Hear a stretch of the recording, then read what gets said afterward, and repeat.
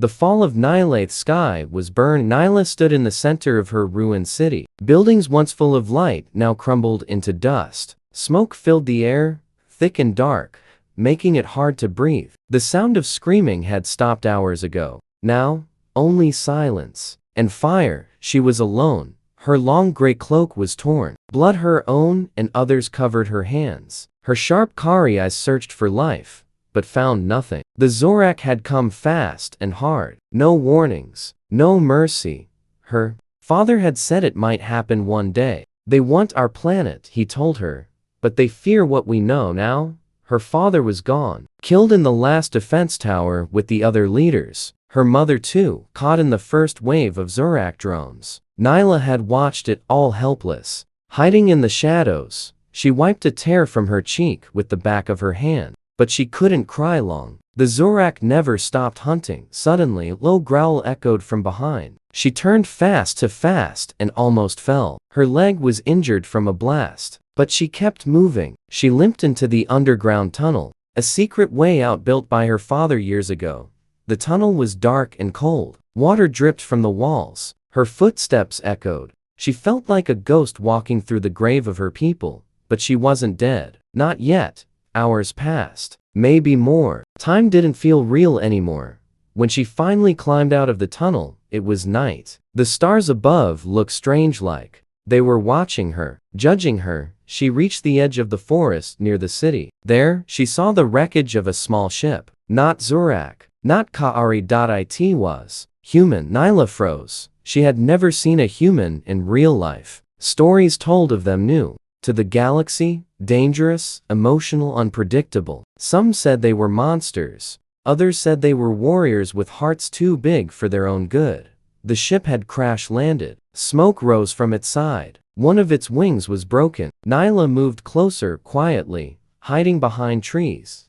Then she saw him, a tall figure in black armor. Stepped out, helmet off. Pale skin, messy dark hair. His face was dirty, tired, and bleeding from a cut on his cheek. But his eyes, they weren't cold like the Zorak. They were warm, confused, alive. The human looked around, holding a weapon in one hand. He didn't see her yet. Nyla had to decide, run or reveal herself.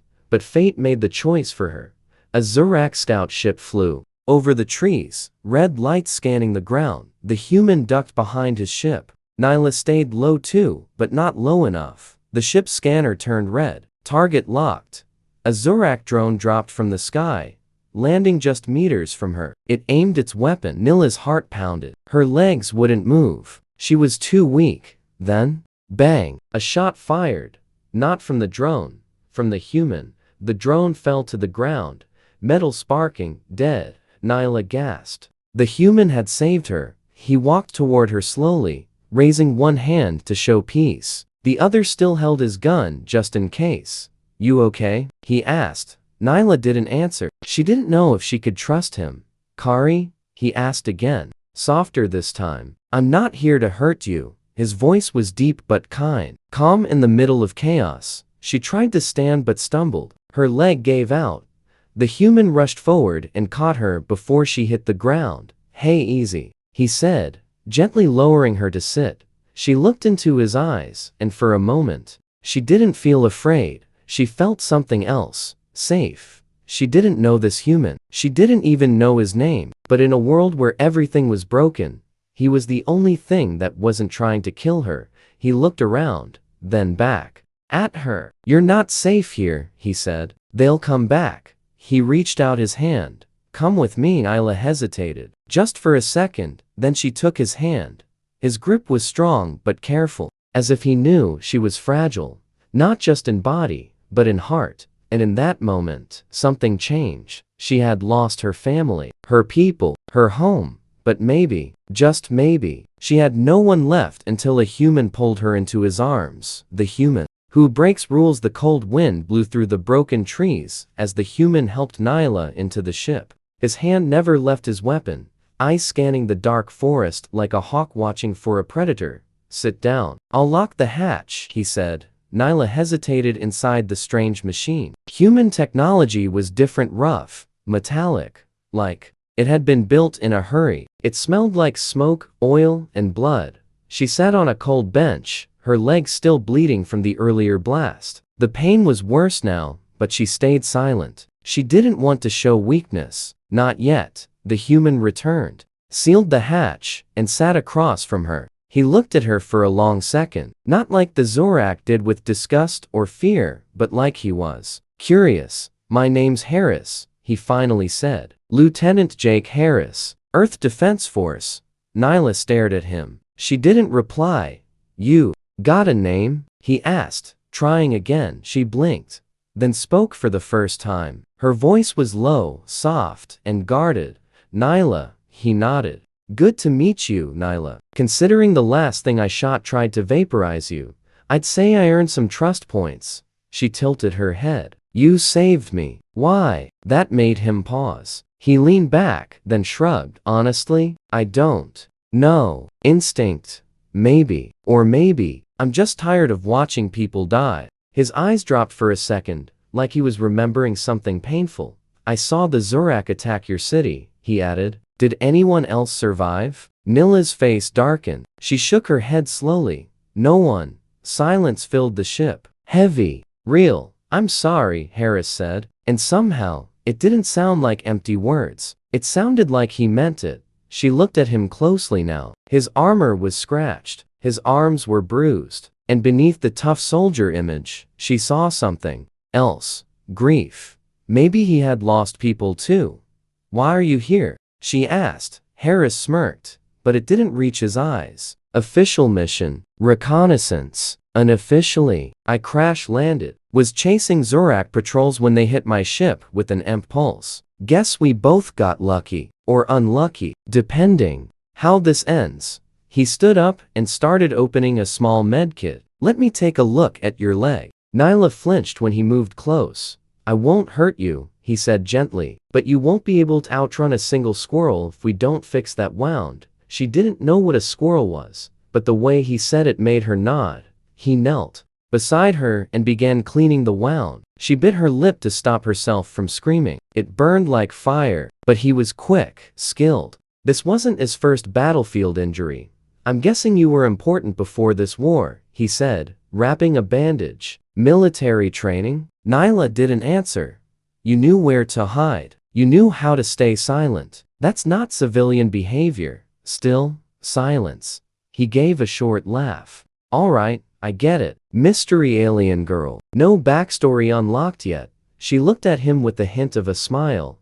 Then, suddenly boom. The ship shook violently, lights flickered. A red warning flashed on a screen near Harris. "Zorak patrol incoming," he muttered. "Fast." Nyla stood instantly, ignoring the pain. "You have weapons?" "Yeah," he said, rushing to a control panel. "But I can't fly. Engines still down. If they find us, we're sitting ducks." He pulled out 2 guns, one large plasma rifle, and a smaller sidearm. He handed her the small one. "You know how to use this?" Nyla looked at it, flipped the safety off, and checked the charge level without hesitation. "Guess that answers that," he said. The screen beeped again. 3 Zorak scout drones were closing in. Harris opened a hatch in the floor. "We escape through the maintenance tunnel. It leads into the canyon. Maybe we can lose them in the rocks." Nyla nodded. But before climbing down, she glanced at him. "You're not like other humans." He looked back, puzzled. "How many have you met?" "None," she said. "But you broke rules. You helped me, even when it could get you killed." He gave a small, tired smile. "Yeah, I do that a lot." As they moved into the narrow tunnel, Nyla spoke again. "They placed a bounty on me. Both Zorak and some humans." Harris stopped. His jaw clenched. "Why?" She lowered her voice. "My father, before he died, he told me I carry something. A code. A memory string. It's hidden in my DNA. It could unlock something." "What kind of something?" Harris asked, eyes narrowing. "I don't know," she said honestly. "But the Zorak want it badly. And your people, maybe they do too." They kept walking through the tunnel as the sound of Zorak engines roared above them. "So you're not just a survivor," Harris said. "You're the key to something bigger." "I didn't ask to be," she replied. He looked over his shoulder. Neither did I. They reached the canyon exit. The stars above were bright, but cold. Nyla looked up and whispered, "If they catch me, they'll take what's inside, then kill me." Harris stood beside her. "Then we won't let them." She looked at him again. This human, this rule breaker, this stranger who had risked everything for her. She didn't trust him completely, not yet. But she believed one thing. He wasn't lying. "Where will we go now?" she asked. Harris checked his map. "There's a relay station 30 miles south. I can signal Earth Command. Maybe get a pickup. If we're lucky, we make it before the Zorak find us. And if we're not lucky?" she asked. He smirked. "Then I get to test how many Zorak I can take down before breakfast." She almost smiled again. Almost. And then, with the night behind them and death above them, they started walking into the unknown. Neither of them knew it yet, but the real hunt had only just begun. Enemies all around. The night was cold and silent. Too silent. Harris led the way through the canyon, weapon drawn, every few steps pausing to listen. The only sound was their boots on cracked stone and the slow drip of water from jagged rocks above. Nyla followed behind him, limping slightly, but her eyes were sharp, always scanning.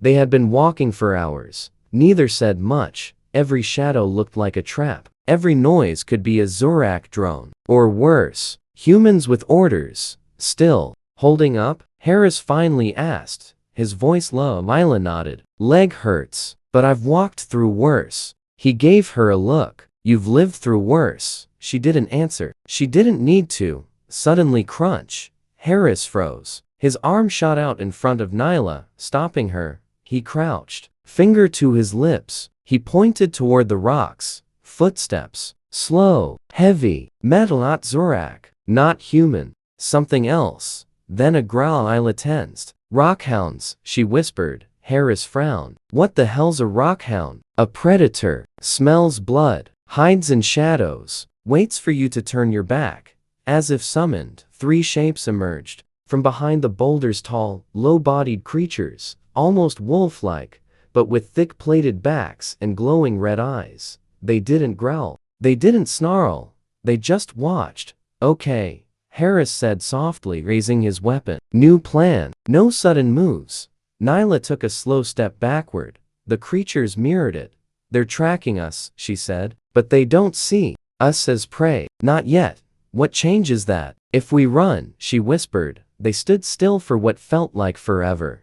Then, a high-pitched whine sliced through the air. Zorak scout drone. Right above them, the rockhounds twitched, ears flicking. The drone's red beam swept across the canyon and hit Harris square in the chest. Target locked. "Damn it," he hissed. "Move." The rockhounds lunged. The drone opened fire. Chaos. Harris fired a pulse blast at the drone. It missed. Nyla spun, aimed low, and shot one of the rockhounds in the eye. It yelped and collapsed. The other 2 attacked. One slammed into Harris, knocking him down. Nyla grabbed a shard of broken metal and stabbed at the creature's neck. It shrieked and backed off. Harris fired upward. Boom. The drone exploded in a burst of light and metal. The 3rd rockhound ran, disappearing into the night. Everything went still again. Harris sat up, panting. "So, that's a rockhound." Nyla didn't laugh. She was staring at his shoulder. "You're bleeding." He looked. "A deep gash." "Ah, crap. That armor cost me 6 months' pay." She stepped closer, ripping a piece of her own sleeve to wrap the wound. He watched her silently. "You didn't have to help me," he said. "You didn't have to save me either," she replied. He smiled. Then her eyes went cold. "You were locked by a Zorak scout. They'll have your position now." "I know. They'll send a T." "I know." She looked him dead in the eye. "You should leave me." "No." "Why?" He didn't answer right away. He just tightened the bandage on his arm and stood. "Because I don't leave people behind. Not anymore." Scene shift. Unknown location, Zorak Command Outpost. A tall figure stood in front of a holographic display showing Harris and Nyla, human and Kari, together. Curious, the Zorak commander hissed. A soldier bot beside him tilted its head. "Shall we alert the humans?" "No, let the humans believe what they want." "This one," he pointed at Nila's image, is not a refugee. She is a key. What of the bounty? The commander's smile was thin and cold. Raise it.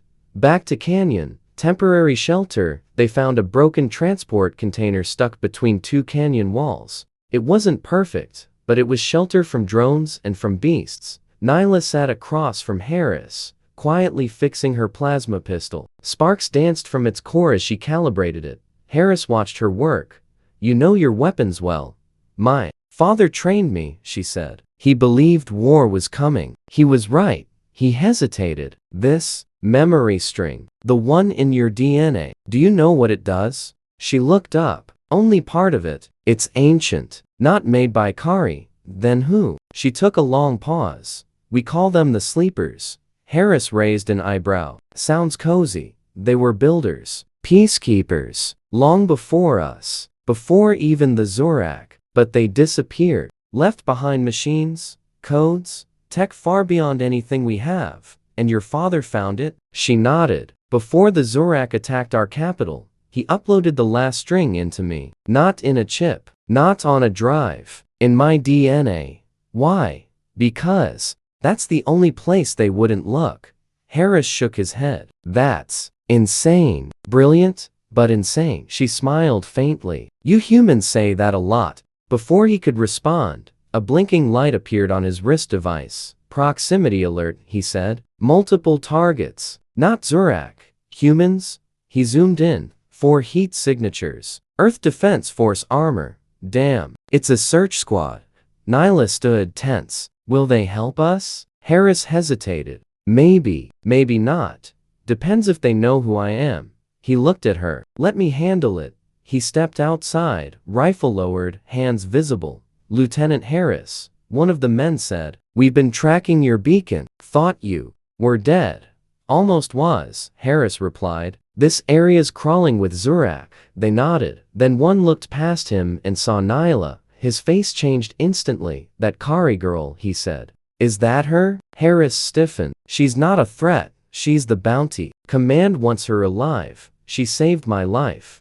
That's not your call, Lieutenant. One of them raised his weapon. Harris stepped in front of her. Stand down. Orders are orders, and mine are clear. Protect innocent life. She's not innocent. Then neither am I. Silence. The soldier hesitated. Then click. He loaded his weapon. Harris fired first. The shot hit the soldier's leg, not fatal, but fast enough to drop him. The others drew weapons, but Harris was already behind cover. Run. He shouted to Nyla. She didn't argue. They disappeared into the canyon once again. Gunfire echoing behind them. Later that night, hidden crevice in the rocks, they caught their breath under a rock shelf. Moonlight casting sharp shadows. Harris groaned, checking his ammo. You just shot your own men, Nyla said, stunned.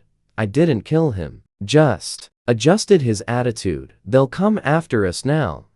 Everyone already is, he said. Zorak, Earth Command, maybe next. My grandma. She almost laughed. Then her face turned serious. You really believe I'm worth all this? He looked her straight in the eyes. I don't know what's inside you, Nyla, but I do know this. You're the only person in this galaxy who hasn't lied to me yet. A long silence. Then she said, there's one more thing I didn't tell you. He raised a brow. Great. That's what I like to hear in a death canyon. She leaned closer. If the memory string is decoded, it won't just show a map. It'll wake something up. Wake what? I don't know, she whispered. But whatever it is, both the Zorak and your people are afraid of it. And in the dark, something far away began to stir. Secrets and scars they had been hiding for 2 days.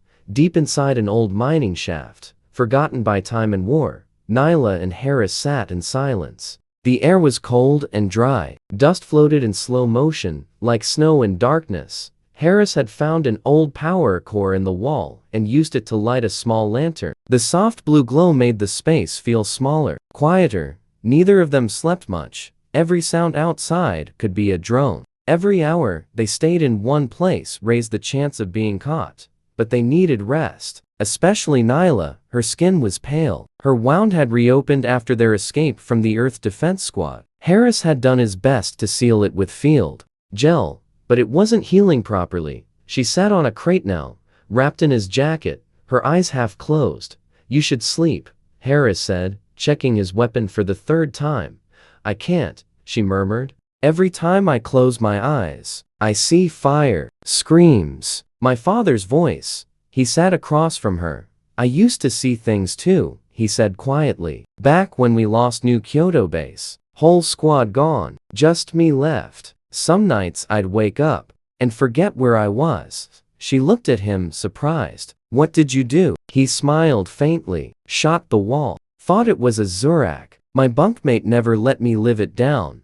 Her lips twitched. A near smile, but it faded. Why did you become a soldier? She asked. He didn't answer right away. I sister, he said at last. She believed Earth should stand up to the Zurak. She joined the resistance early. I told her not to. She did anyway.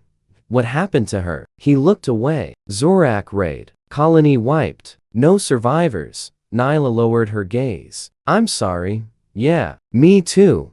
For a moment, they just sat there. Two strangers from two worlds, united by loss. Then Harris leaned forward. I want to know something. Not as a soldier, just as me. She tilted her head slightly. The string inside you, the ancient code, what exactly is it supposed to unlock? Nyla closed her eyes. When I was little, I used to dream of voices. Voices? She nodded. Not words, just sounds. A language I didn't know, but somehow understood. I thought they were just dreams, but when the Zurak invaded, I started hearing them again. She placed her hand over her chest. Not out loud, inside, like something's trying to wake up, like it's waiting for me. Harris frowned. So this thing, it's alive? I think it was never really dead. He leaned back, slowly, trying to process what she was saying. You're telling me there's some kind of ancient, sleeping entity inside you? No, not inside me, she corrected. But the code in me, it's a key. The thing it unlocks is somewhere else, buried, forgotten. Why haven't you used it? Because I don't know how, she admitted. And I'm scared of what happens if I do. They sat in silence again. Then Nyla spoke, barely a whisper. My father said it was powerful enough to end the war.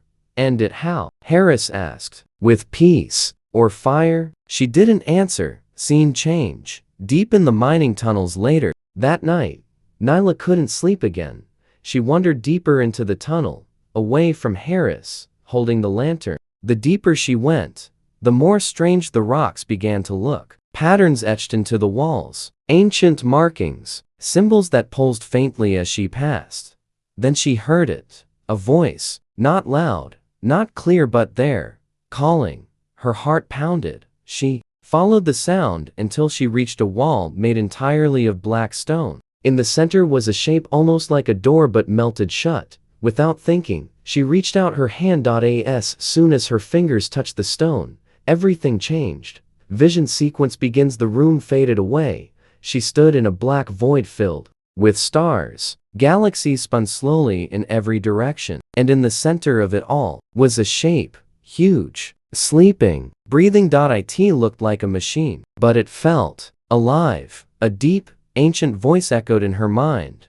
One of Kari blood. One who carries the spark. The memory awakens. Nyla stepped closer. What are you? We are the sleepers, keepers of the balance, buried when the stars turn dark, awakened only by those who remember. And you remember.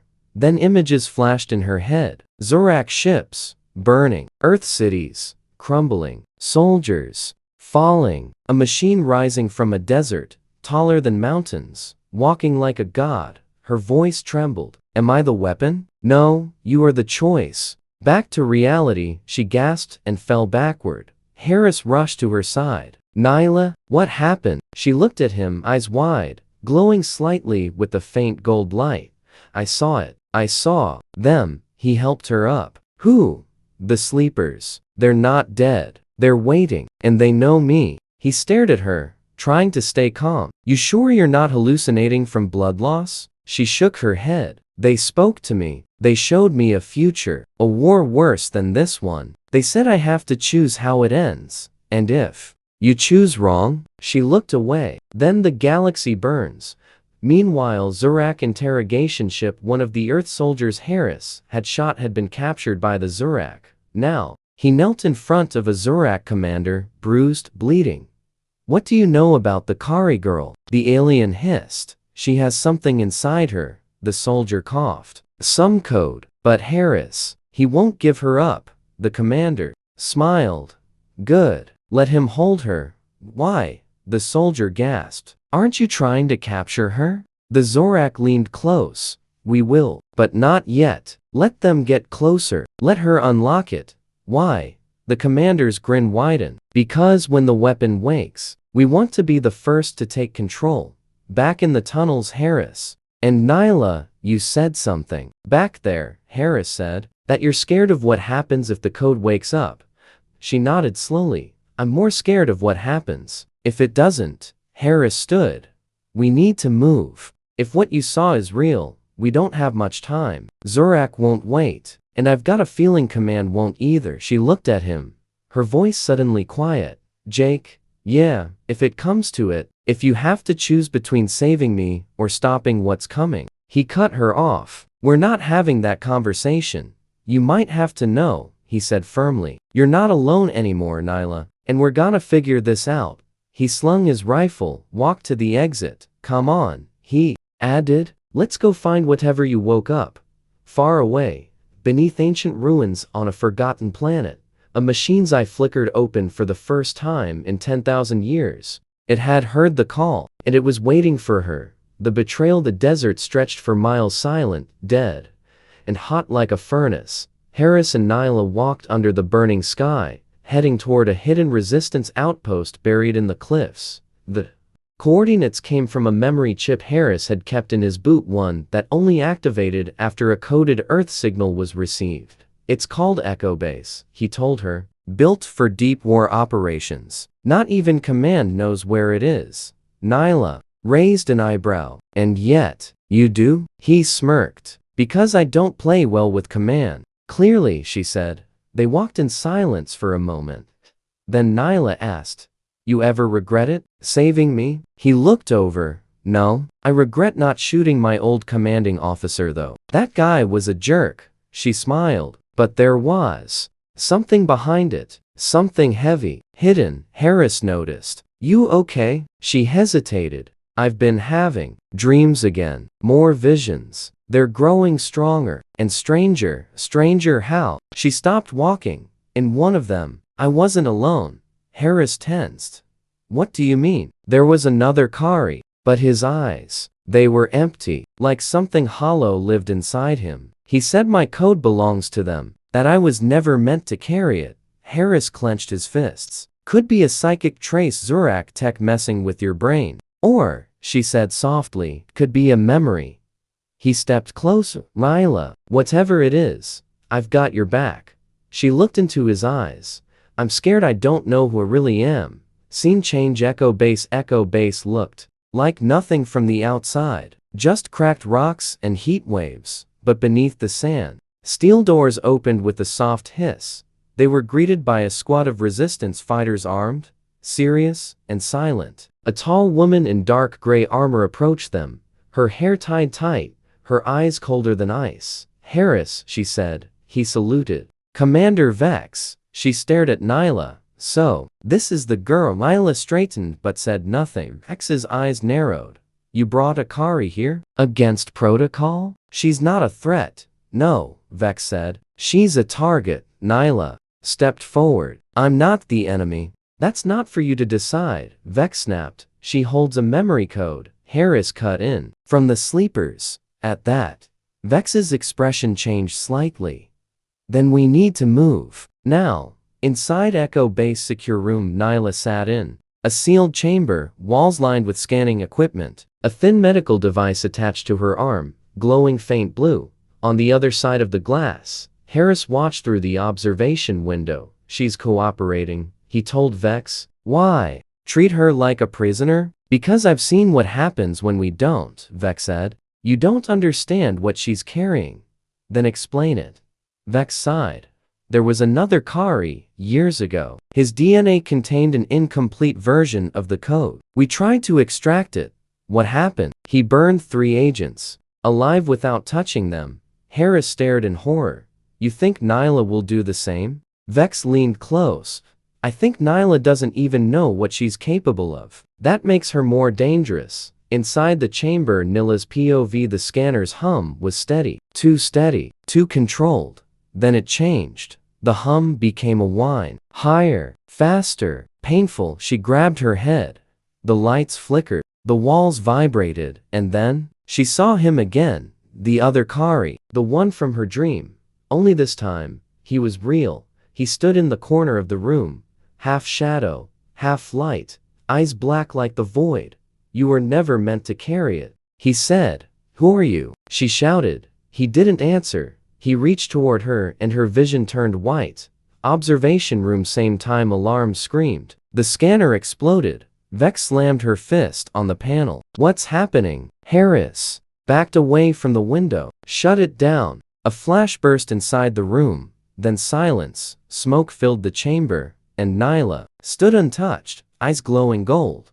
Later, Harris confronts Vex. You pushed her too far. He shouted. She activated the code. I got what I needed. Vex replied. She's not a damn lab rat. She's the trigger to a weapon that could decide the fate of every living thing in the galaxy. That means she doesn't get to be a person anymore. Harris stepped forward. Say that again. Vex smirked. You've gotten attached. Bad habit, Harris. She saved my life. Again and again. More than you ever did. She's a Kari. You think she wouldn't turn on you if she had to? He didn't answer. That was enough for Vex. She's not your friend. She's a tool. And if she breaks protocol again, I'll shut her down myself. Scene twist. Nyla overhears everything. She hadn't meant to eavesdrop, but her enhanced hearing picked up every word through the ventilation shaft. Tool. Weapon. Shut her down. She turned away. Heart pounding. She had started to believe in Harris. In humans. In hope. But now, she wasn't so sure. Later that night, Nyla's escaped the base slept. Except for her, she moved fast. Silent. Her wound still hurt, but her heart hurt more. She stole a code key from a distracted guard, disabled the cameras using her father's trick, and slipped out the side hatch before anyone noticed. She didn't leave a message, because she didn't know if Harris was still on her side. Next morning, Harris discovers the escape. She's gone? He shouted. Vex shrugged. She was never going to stay. That's the Kari way. You did this. Harris growled. You pushed her. I did what was necessary. No, you did what you always do. You treated her like she was the enemy. She is. He stared at her, then at the empty hallway, then turned and walked away. Scene change. Nyla in the wastelands. The sun burned. The air shimmered. Nyla walked alone. Again. But something followed. Not footsteps. Not a drone. Presence. She could feel it. Inside her head. Whispers. Codes. Shapes. And then she collapsed. In the sand. Eyes rolling back. Final scene. The other Kari returns. She opened her eyes. And he was there again. Only this time, he didn't just speak.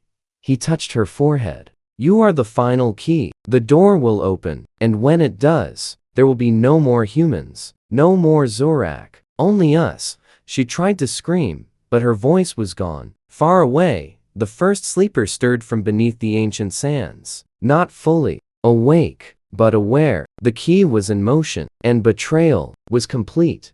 The choice. The wind screamed across the wastelands, ripping through dust and memory.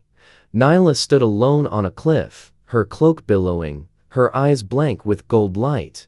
Below her, half buried in the sand, was the thing she had seen in her dreams. A head. Not human. Not alien. Machine. Stone. Ancient. Its eyes were shut, but glowing. She could feel it breathing. Not with lungs, but with time. Inside Nyla's mind sleeper interface, her body was still, but inside her mind, she was standing in a room made of stars. Floating symbols circled her, spinning slowly. The time has come, said the voice, deep, calm, emotionless. The weapon is ready. You are the key. Nyla turned. No, I'm not. You have activated the first sequence. The rest will follow. I didn't mean to, she said. I don't want this. Want is irrelevant. You were chosen, programmed, forged. No, I was born. The stars pulsed red. You were not born. You were built. Scene change. Echo Base. Harris stormed into the communications room, throwing a crate off the console. She's what? Now? He yelled. Commander Vex stood with arms crossed. A rogue weapon. She abandoned post. That makes her a threat. She's a scared girl with something ancient inside her. That doesn't make her a monster. She's a time bomb. And Command wants her terminated before she explodes. Hera stepped close. Then Command's going to need a new soldier. He grabbed his gear and stormed out. Back to Nyla. Desert Awakening site. Nyla's body jolted as she returned to consciousness. Her head ached. Her chest burned. And yet, she felt stronger. She looked down at her hands. They were glowing. She clenched her fists and the air vibrated. She was no longer just a girl. She was the bridge. But then a sound. Engines. Harris's voice. Nyla. She turned and saw him, running, alone, dirty, bleeding, and behind him, Zorak dropships. Reunion under fire. Harris slid down the rocks, panting. I told you, he said, breathless. You're terrible at sneaking out. Nyla stared at him. Why are you here? Because they were going to kill ye. They should, she said quietly. He stepped closer. Don't say that. I'm not just a person, Harris. I'm code. A message wrapped in flesh. Good, he said. That means you're still you. Because only you would say something so weird. Despite the moment, she laughed. Then boom. A Zorak missile hit the sand nearby. They ducked behind a dune as Zorak soldiers began to land. Nyla's hands lit up again. She looked at Harris. I can stop them. All of them. Right now. He shook his head. No, you don't understand. I can feel it. Power. I can burn this desert to glass. Then don't, he said firmly. Because if you do, you'll never come back. She stared at him. You'd rather I die? I'd rather you live. Not as a weapon, but as you. Zorak commander approaches and a towering Zorak figure stepped out of the dropship. His armor was made of obsidian. His voice cold and full of static. You carry the code, he said. Give it to us, and we will not harm the human. Nyla didn't answer. I know what you are, he continued. I knew your father. He wanted peace. You bring only ruin. My father died trying to stop you. He died trying to stop the sleepers. That hit her like a bullet. What? Harris stepped forward. He's lying. The Zorak commander's eyes glowed. Your father discovered the truth. That the code doesn't save. It destroys. Nyla's hands shook. No, she whispered. You were not born. You were built. The choice. Harris reached for her hand. You don't have to believe him. You don't have to choose this path. I don't know what's real anymore, she said. Then believe me, he said. I know who you are. Not a weapon. Not a god. Nyla, she looked at him. Really looked. Through fear. Through pain. And she made her choice. She stood tall, arms at her sides. The glowing faded. She turned to the Zorak. You want the code? Yes. Then take it. The Zorak commander moved forward and then froze. Eyes wide, body trembling. He screamed as data surged through his mind, overwhelming him. Nyla wasn't giving him the code. She was feeding him the virus hidden inside it. He fell, twitching, circuits frying. The other Zorak panicked. Harris grabbed her arm. Now, they ran again.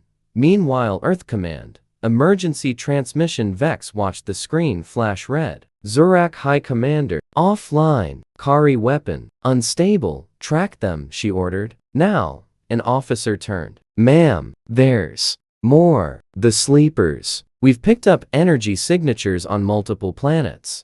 Vex froze. Oh no, they weren't waking up. They were already awake.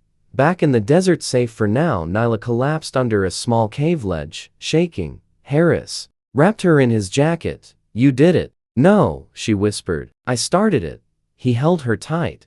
We'll figure this out. She looked at him. Even if I'm not real, even if I'm a weapon, you're real to me. Last seen ancient sleeper structure, fully online deep. Under the sands, the sleeper rose. a tower of metal and light, a face half hidden in shadows, a mind older than planets. The code has awakened, it said. The Kari girl has chosen. Now, we choose. Its eyes lit up, and above it, satellites turned, beams activated, stars dimmed. The galaxy would never be the same. One last stand. The stars looked dimmer now. All across the sky, satellites blinked out one by one. Communication relays died. Entire planets fell into shadow. The galaxy wasn't sleeping. It was bracing. The desert. Before the storm, Harris sat on a rock, bandaging his shoulder with the strip of torn cloth. His armor was cracked, his rifle half melted. Nyla stood at the edge of the ridge, staring at the horizon. A pulse of blue light blinked every few seconds from deep underground, the sleeper's signal. Rhythmic, endless. We don't have much time, she said. How long until they get here? Harris asked. She closed her eyes. They're already coming. Scene 2. A galaxy on fire. Earth Command. Zorak High Fleet. Every enemy who had once hunted each other now looked toward one thing. Her. Orbiting ships from both sides surrounded the planet. Battleships aimed downward. Vex's voice came through the command bridge. Target is confirmed. Kari girl and Sleeper Sight are both in range. A Zorak general spoke beside her. We attack together. For survival. Vex nodded grimly. For once, we agree. They began charging the main cannon. The Sleeper's final message. Nyla walked into the chamber. The wind had stopped. Time almost felt frozen. The Sleeper's voice filled the air. You have brought us here. The code is complete. She frowned. I didn't activate you. Not fully, but you carried us. Like a mother carries fire. Now, the flame must decide whether to burn or to warm. Platform rose in front of her. A glowing sphere pulsed inside it. This is your final choice. Harris's choice. Outside, Harris checked his gear. It was useless against what was coming. He looked up. He could see the battleships moving into position. Then he saw her. Nyla standing near the Sleeper's core, surrounded by glowing symbols. He walked over. You really gonna do it? He asked. She looked at him. There's no other way. The weapon? The one buried inside this place. It's not a bomb. It's a signal. A signal for what? To turn every sleeper across the galaxy back on. To start a new war, or erase the old ones. He looked down at her hand. It hovered above the core. You don't want to do this. I don't, she said. But I also don't want to see the stars go dark. He stepped closer. Then let me buy you time. What? I can jam the incoming signal. Block their targeting for 5 minutes. That's all I can give. You'll be a target. I already am. She grabbed his hand. I'm not leaving you. He smiled. Yes, you are. Because someone has to finish what your father started. She shook her head. I don't want to be alone again. You won't be, he said. I'll be with you. One way or another. The final battle begins high above. The combined fleets opened fire. Blue energy lanced through the sky. The ground shattered. Explosions ripped through mountains. But inside the canyon they missed. Harris's jamming worked. Vex slammed her fist against her console. Where is she? Lock on. A Zorak officer hissed. The human is blocking us. He's sacrificing himself. Then end him. Harris's stand. Harris ran toward a broken relay tower. Static filled his earpiece. He climbed fast, ignoring pain. Until he reached the top. He pulled out the jamming cord, slammed it into the node. A wave of static burst outward. The targeting systems above flickered again. On the screen, Vex saw it. He's jamming us again. One soldier is holding back 2 armies? A tech shouted. 5 minutes. Then the field burns out. Nyla's final decision. Back at the Sleeper core. Nyla placed her hands over the sphere. Memories flashed again. Her parents. The Zorak raids. Harris pulling her from the fire. And a child. A Kari child in the future. Safe. Free. Her hands began to glow. You can awaken us, the Sleeper said. We will burn the Zorak. Silence the humans. We will cleanse everything, she whispered. No, the glow changed. From red to white. I won't choose destruction. Then you choose peace? No, I choose mercy. I choose to end this. She pressed her hand into the core. A new signal in space. Just as the fleets relocked their aim, something strange happened. Their systems froze. Every ship, every gun, every scanner, power down. And then, a new signal pulsed out across the stars. It didn't destroy. It reset. Across the galaxy, ancient weapons shut down. Zorak technology stopped working. Earth's war satellites went offline. It was like the entire galaxy had been rebooted. Nyla collapsed, unconscious, as the core dimmed. Aftermath: the ships backed off. The war was over. They didn't know what hit them. They only knew the girl was gone. And the machine? Silent. But below, in the canyon, Harris climbed down limping, bleeding, and carried Nyla out of the chamber. She opened her eyes. It worked? She asked weakly. He smiled. You broke the cycle. You chose a different path. She touched his face. Thank you. He kissed her forehead. Rest now. No more running. Years later, quiet planet. Green fields. A peaceful town. Children ran through the grass. One of them, a little girl with glowing gold eyes, laughed as she chased a bird. Her mother sat nearby, watching her. Nyla, older, stronger, smiling, and, beside her, Harris, still alive, still watching the stars. Think it'll last? She asked. He nodded. As long as we keep choosing it. She reached out, took his hand, and above them, the stars were bright again. The war was over, and peace had a name.